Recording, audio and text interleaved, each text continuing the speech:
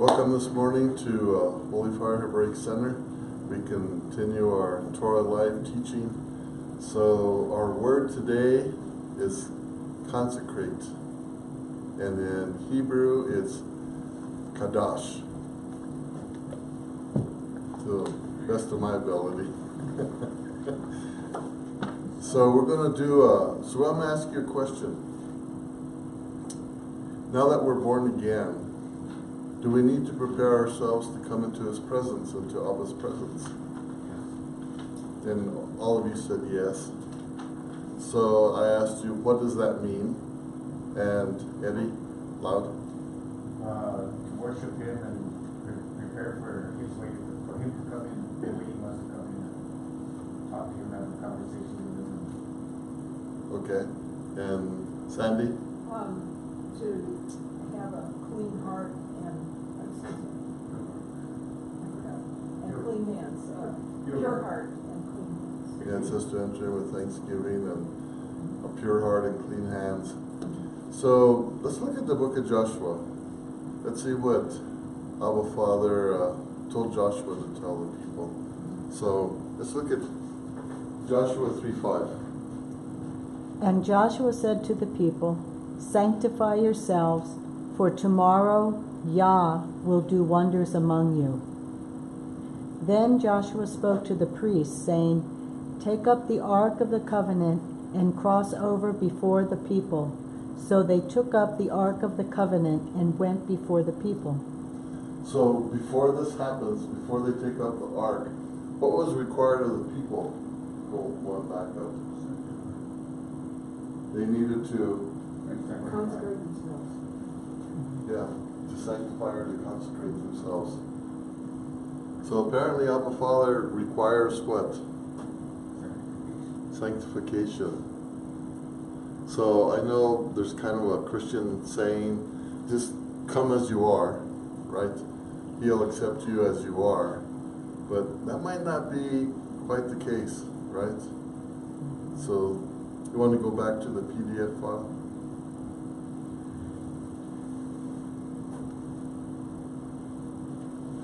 So go ahead and go to the top.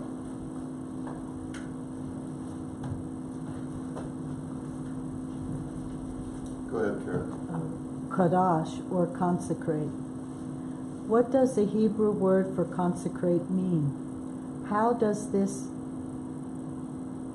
something become consecrated?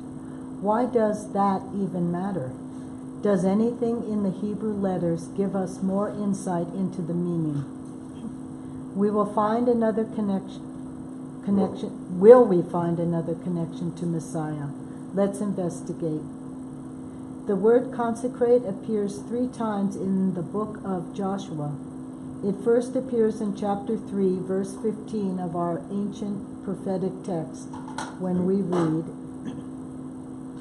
"And Joshua said unto the people, Sanctify yourselves, for tomorrow Yah will do wonders among you."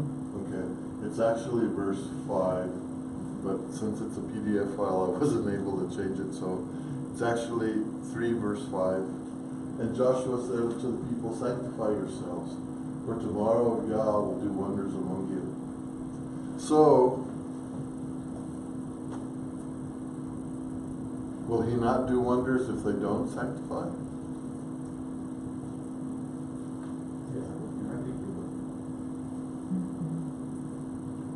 Boy, He did wonders to save us. We weren't sanctified then, so He will, but He wants honor. He wants us to need Him. Well, apparently something's changed, so I went back and I did a little bit of looking. Remember, this is Joshua telling the people, not Not Yah. Moshe. Oh. So who's leading the people? Right, not Moshe. So Moshe's already gone to be with Abba. And he's passed the mantle on to Joshua. So if I looked and I got the beginning of it, so maybe we'll do a little bit more later on, but He always has his people prepare himself. Remember when he brought them out of Egypt, they had just come covered essentially with the blood of the Lamb. They had been delivered from Egypt. They crossed through the Red Sea, which is a form of mikvah, and then they came to Mount Sinai. And now Abba Father's getting ready to talk to his people, but he tells Moshe to tell them, don't let anyone come near the mountain, because the mountain is holy. He says, if anybody comes to it, even your animals, they will die. And then Moshe tells them to do what?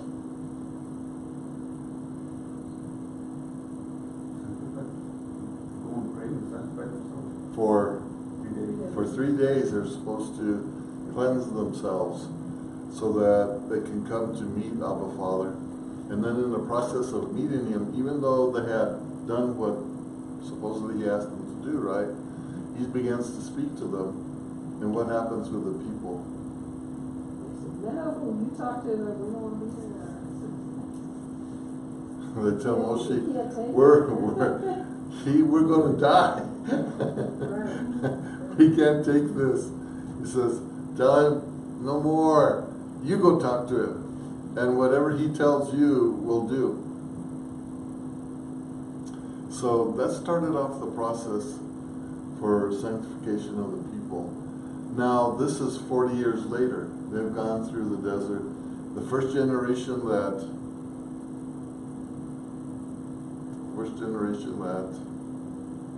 was renewed.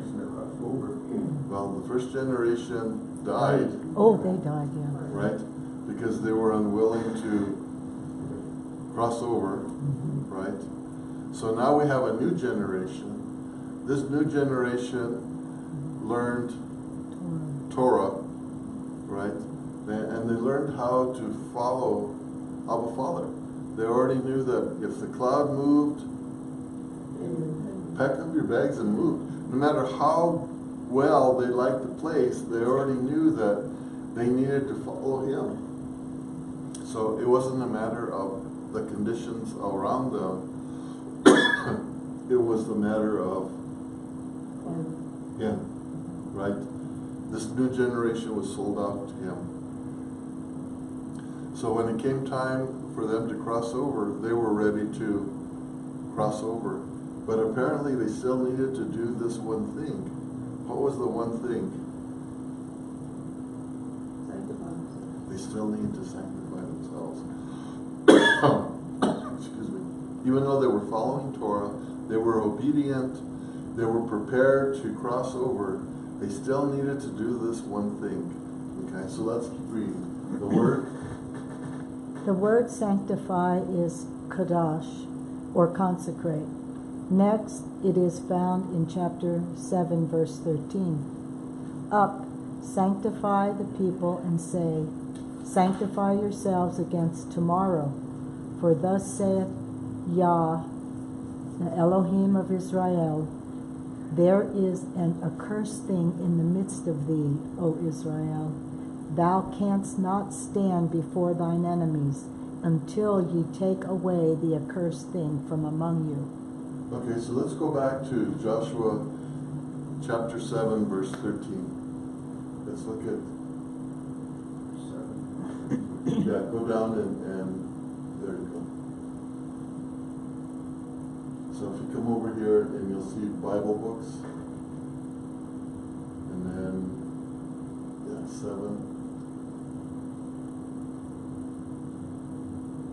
But go back up one a little bit.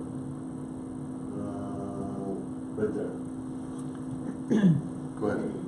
Israel had sinned, and they have also transgressed my covenant which I commanded them. For they have even taken some of the accursed things, and have both stolen and deceived, and they all have also put it among their own stuff. Okay, so now tell me, I just gave you the hint. Now tell me what took place. What's causing this? That was Achan, wasn't it? There's a specific event that took place that caused this. Achan. take it? No. Okay. Well, yeah. He Yeah, took yes. it. What did he do? Stole something that sanctified them, consecrated them. Okay, tell me the beginning of the story.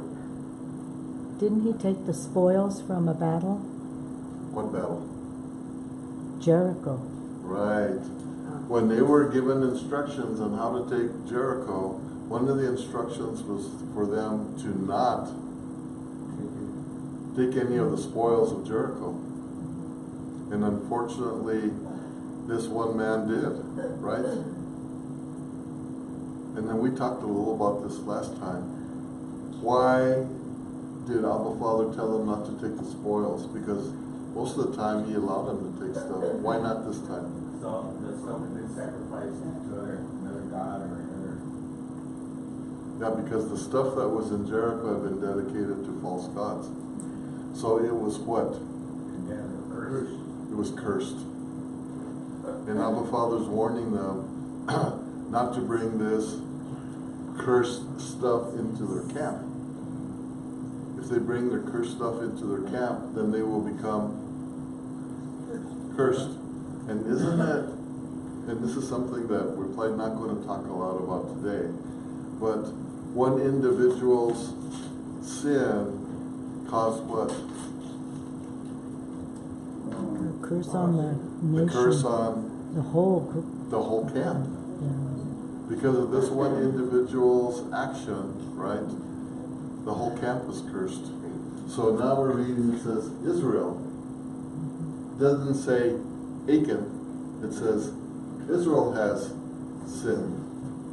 Okay, so let's go down to 12. Therefore the children of Israel could not stand before their enemies, but turned their backs before their enemies, because they have become doomed to destruction. Neither will I be with you any more, unless you destroy the accursed from among you.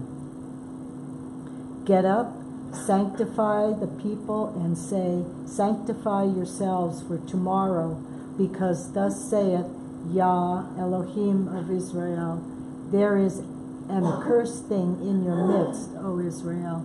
You cannot stand before your enemies until you take away the accursed thing from among you.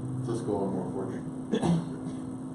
In the morning, therefore, you shall be brought according to your tribes, and it shall be that the tribe which Yah takes shall come according to families, and the family which Yah takes shall come by households, and the households which Yah takes shall come man by man. One more 15. Then it shall be that he who is taken with the accursed thing shall be burned with fire, he and all that he has, because he has transgressed the covenant of Yah, and because he has done a disgraceful thing in Israel.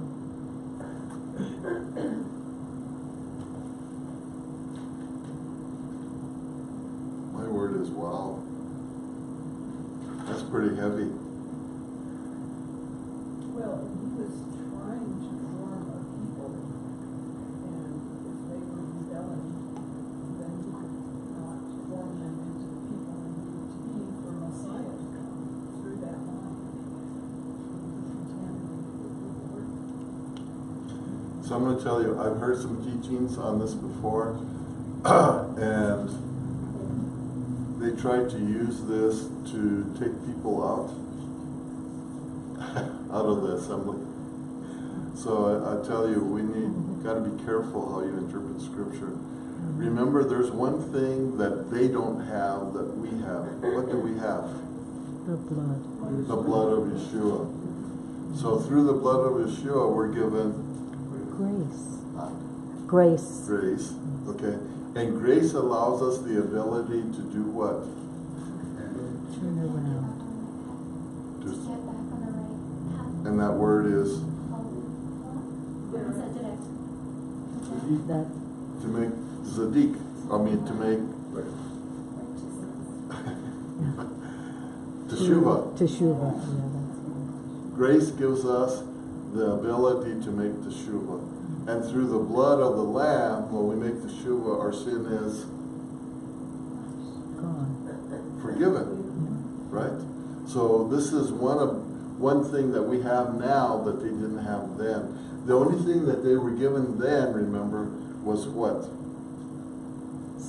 Animal The blood sacrifice. sacrifice of an animal, if the person did do that.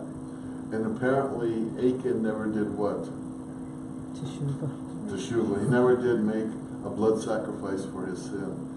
It wasn't until Abba Father found him out, right, in front of the whole assembly. And even then it doesn't say that he confessed, right?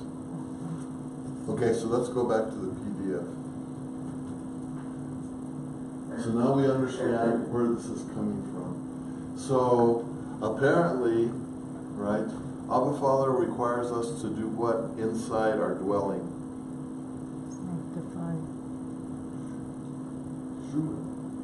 Well, before that, To sanctify, yeah, clean your House. house. Keep your house clean. And if you find something in your house that needs to be Removed. cleansed, then you clean it and make Teshuvah. teshuvah. Okay, let's keep going. Because it says, until ye take away the accursed thing from among you. In other words, there's no sanctification until it's what? Removed. Removed, till it's taken care of, right? Again, the word sanctify is Qadash, or consecrate. Finally, it appears in chapter 20, verse 7. And they appointed Qadash in Galilee, in the Mount Naphtali, and Shechem in the Mount Ephraim, and Kirjatharba, which is Hebron in the Mount of Judah.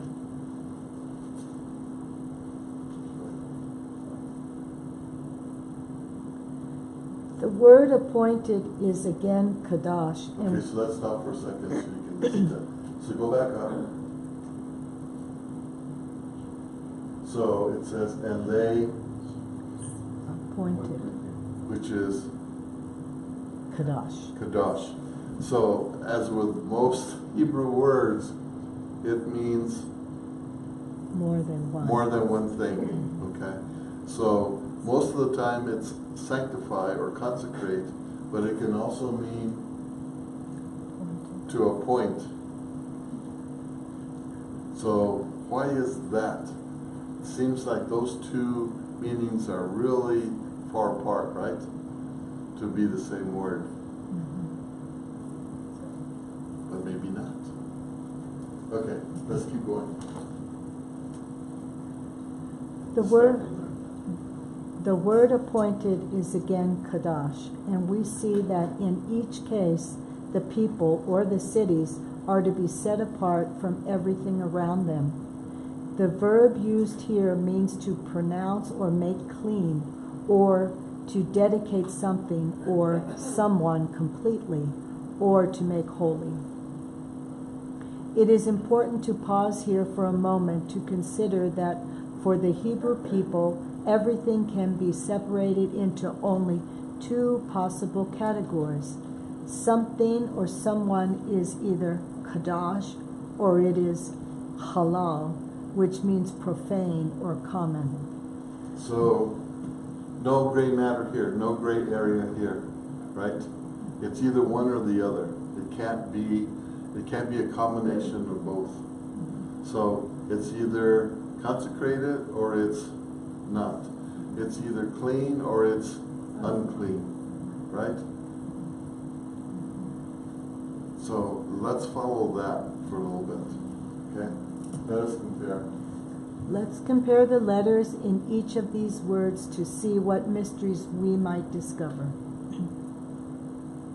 Consecrate or Qadash is spelled Kuf Dalet Shin.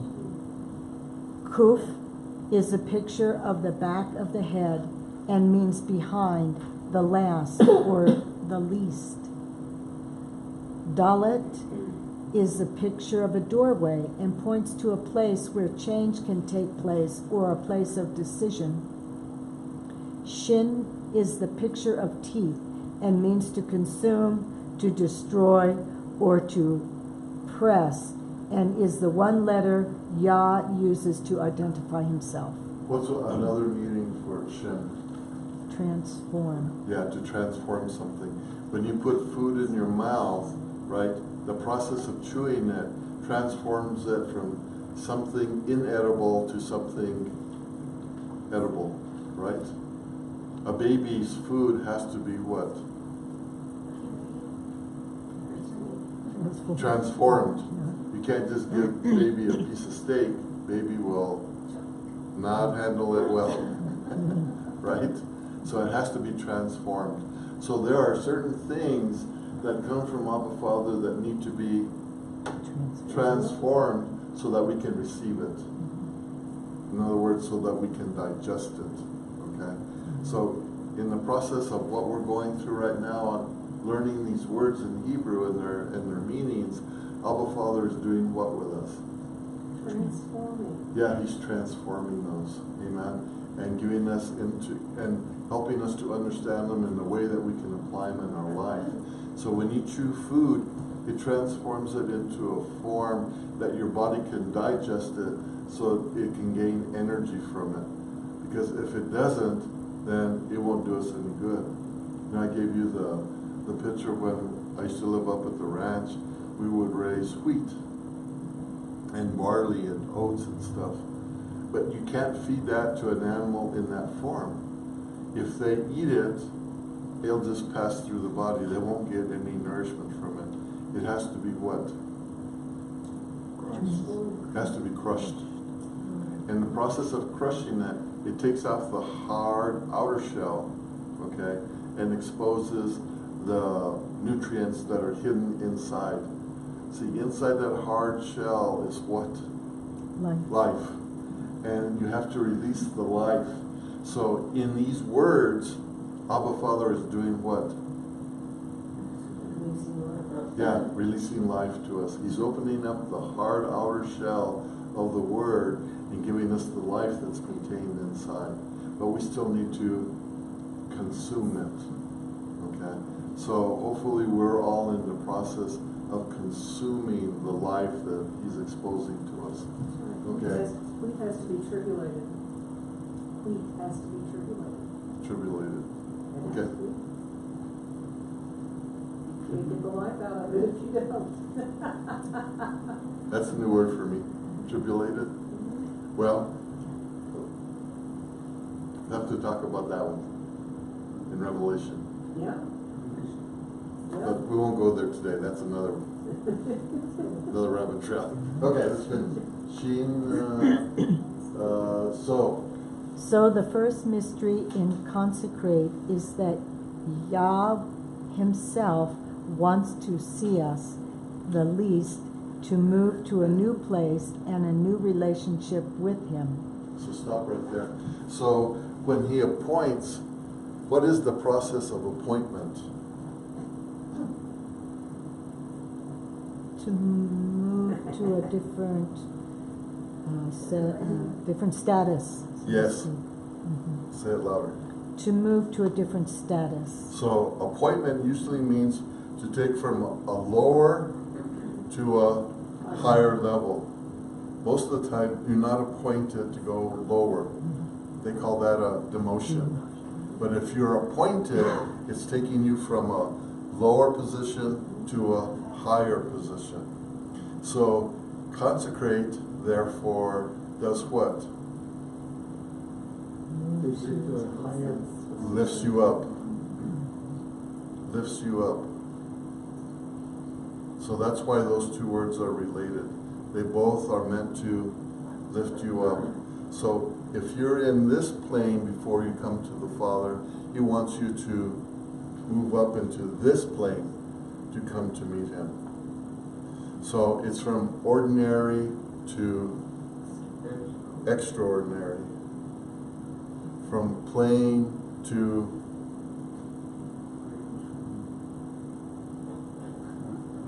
what's the opposite of plain? Special. Yeah, special, right? From a plain and ordinary into an extraordinary to a special place. He wants to take you to a special place. But see, you have to do that. We have to want to do that. So part of the process is before you come here to meet him, during that time when I take a shower in the morning, I actually I do a teshuvah when I'm in the shower. And I go back through my week and I look at the stuff that still I'm doing that's not pleasing to him, or those areas that I failed, and I ask him to wash it away from me. So that when I come here to teach, it's not me teaching, but it's him teaching. And hopefully I'm not flavoring that with my junk. Right? I'm asking him to take my stuff out of the way so that I'm hearing from him and I'm relaying to you the message he wants.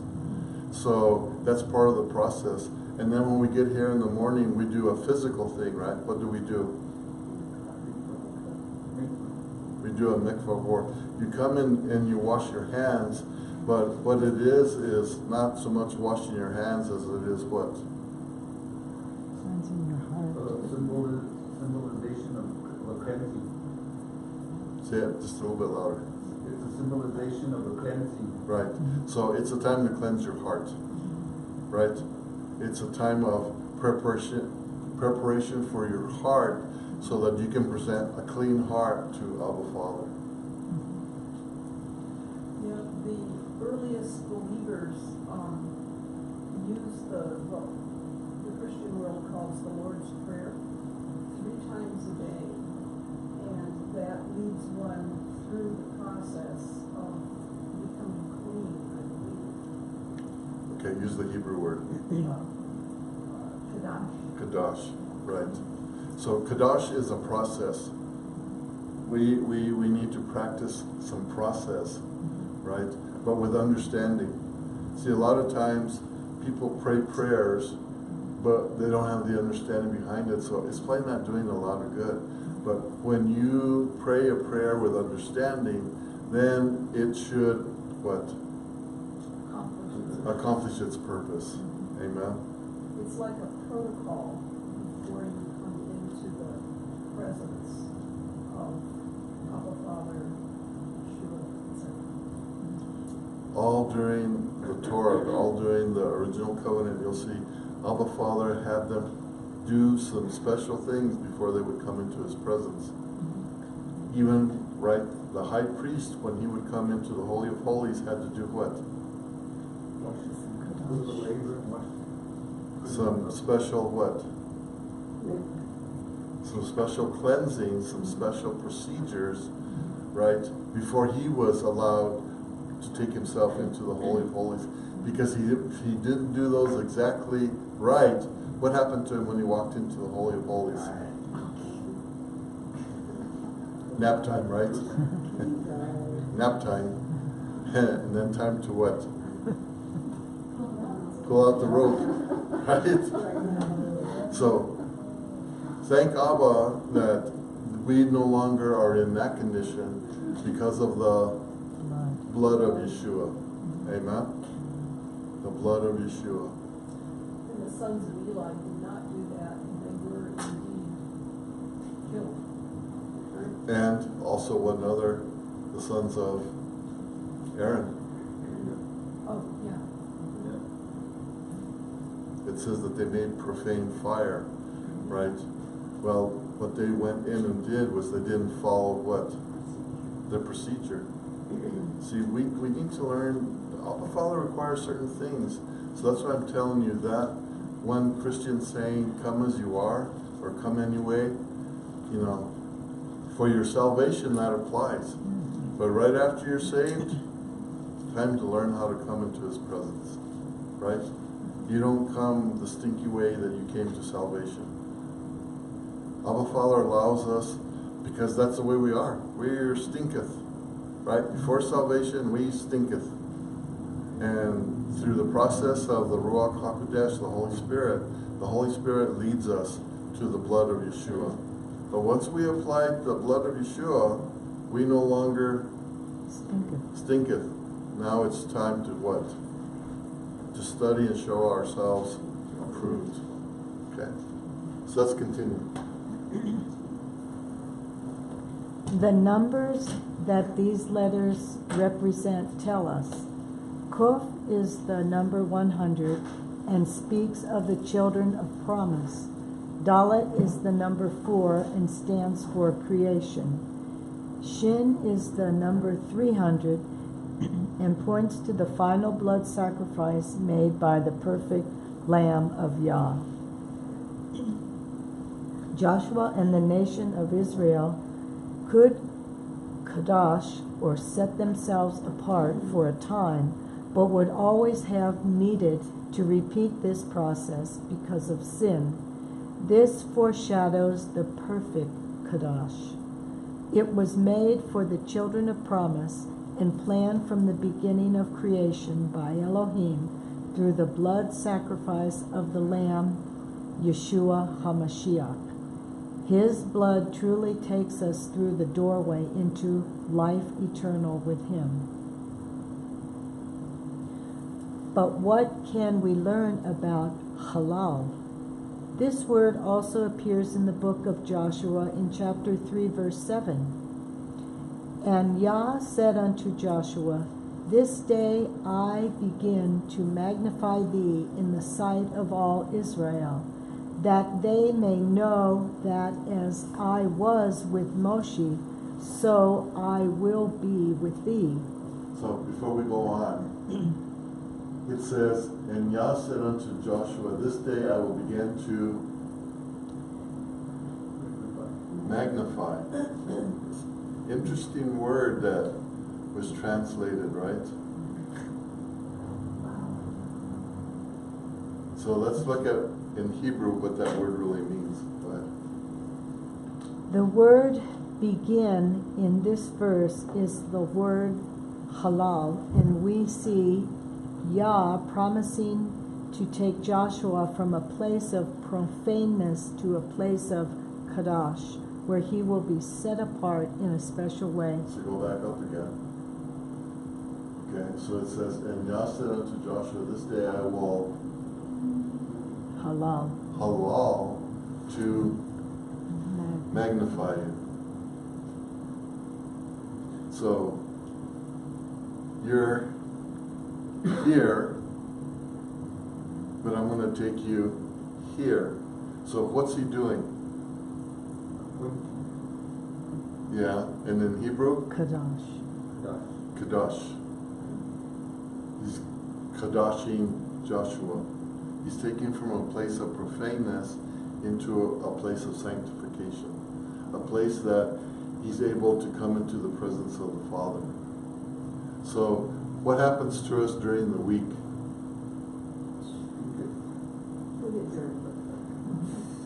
We become what?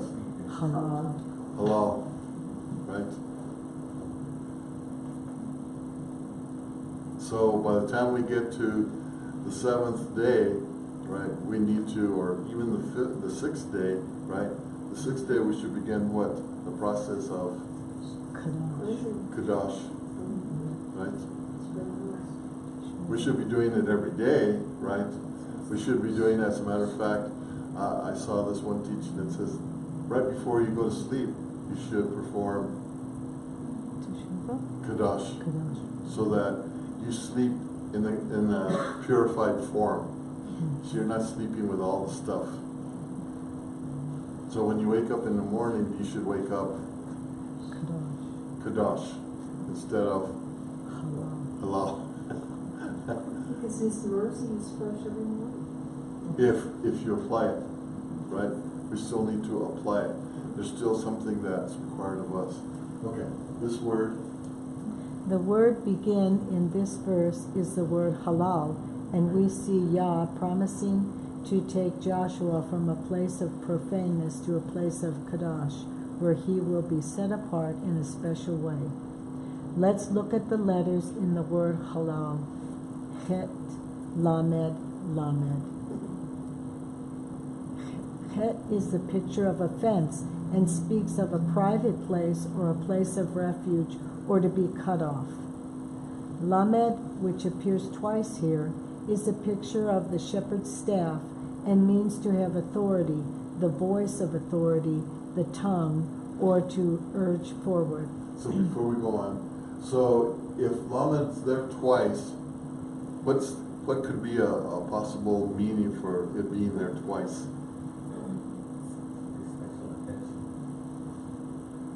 Special attention. Okay, It's reinforced. okay, it's reinforced, meaning It might have two meanings. doubled, It's more important. more important. Okay, good. Let's keep going. So here we see that the mystery in the letters of the word halal is that things in this category have been fenced in or cut off from the voice of authority of the shepherd. The letter Het is the number 8 and stands for a new beginning.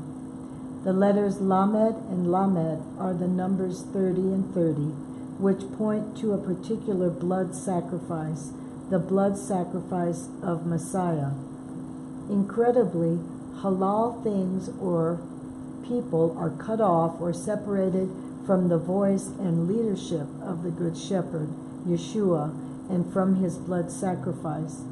They have not yet experienced the new beginning that his blood sacrifice offers. So things that are halal do what?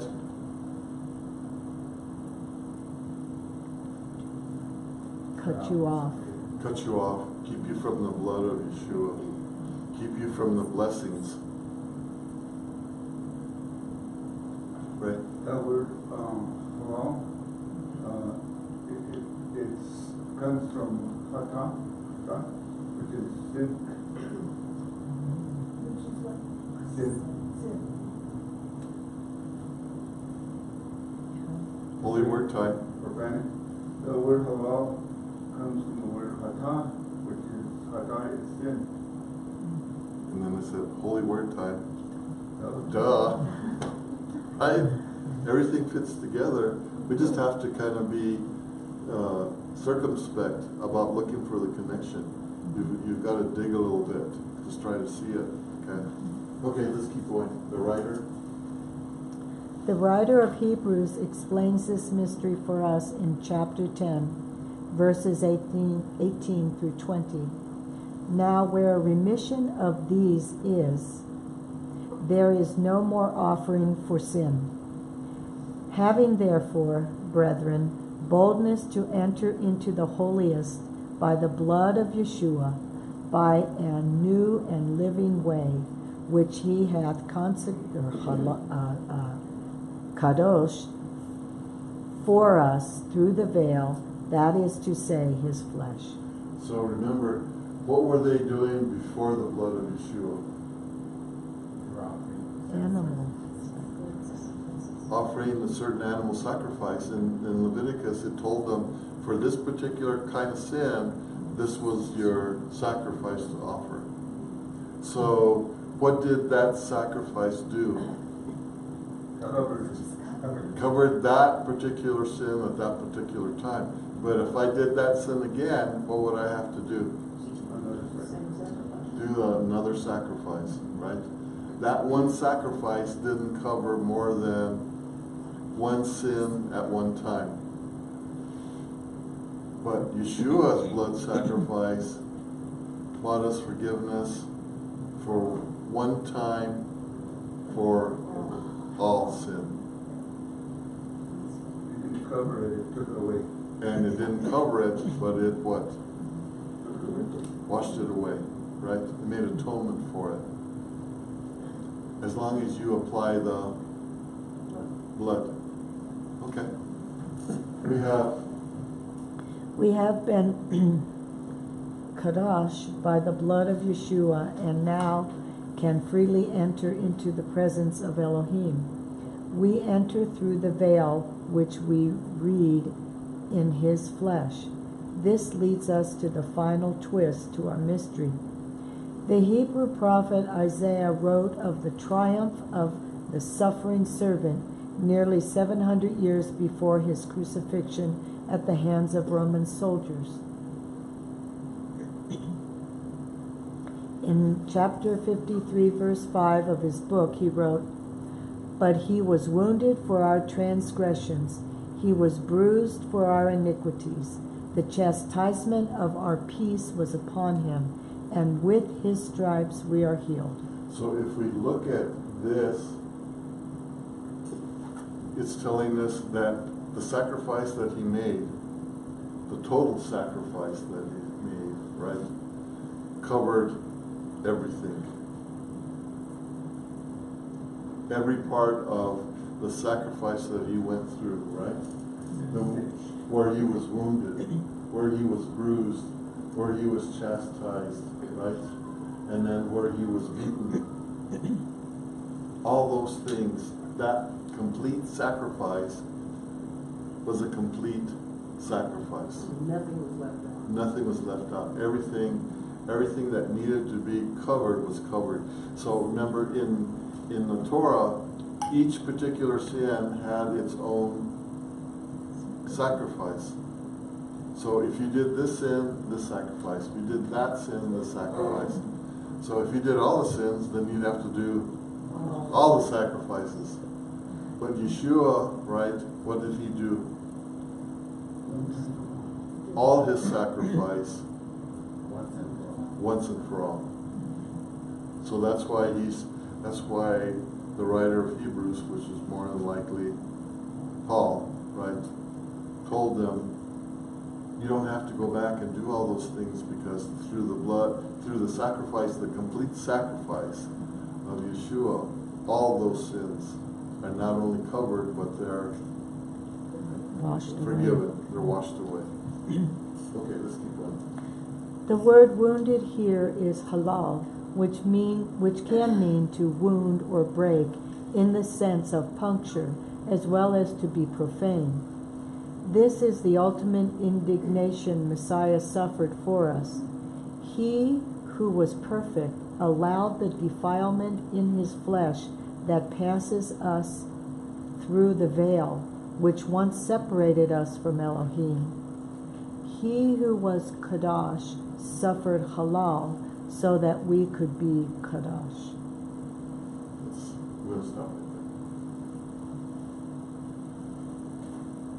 So the beginning of our process for each one of us is the blood of Yeshua, right? The complete sacrifice that Yeshua gave for us.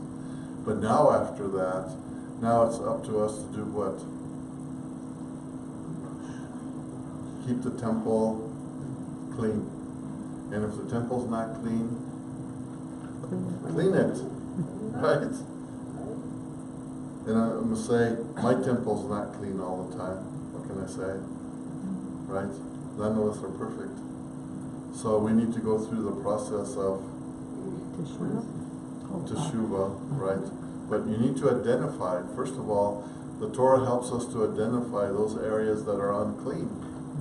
And then in the process of identification, now we come through teshuvah, repentance, and to wash away that uncleanliness, so that we can be appointed from here to here, so that we can all be sanctified, so we can all be Qadash.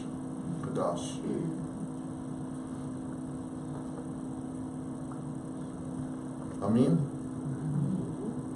Well, we want to thank you for following along with us here at Holy Fire.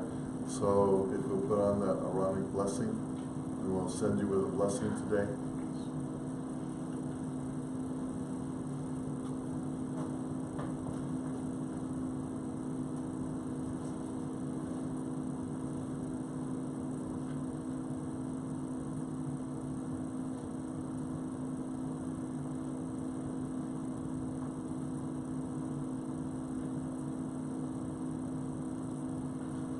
Yah bless you and keep you. Yah make his face shine upon you and be gracious to you.